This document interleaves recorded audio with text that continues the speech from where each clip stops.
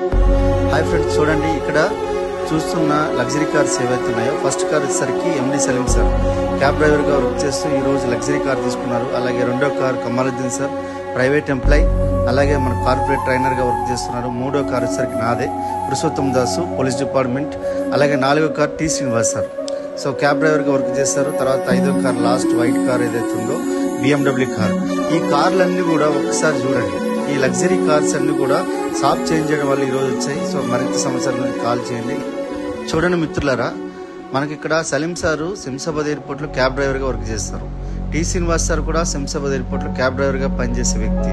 ఈరోజు కమాలుద్దీన్ సారు ఈరోజు ఆయన కార్పొరేట్ ట్రైనర్గా పనిచేసే వ్యక్తి. నేను పోలీస్ డిపార్ట్మెంట్లో పనిచేసే వ్యక్తిని.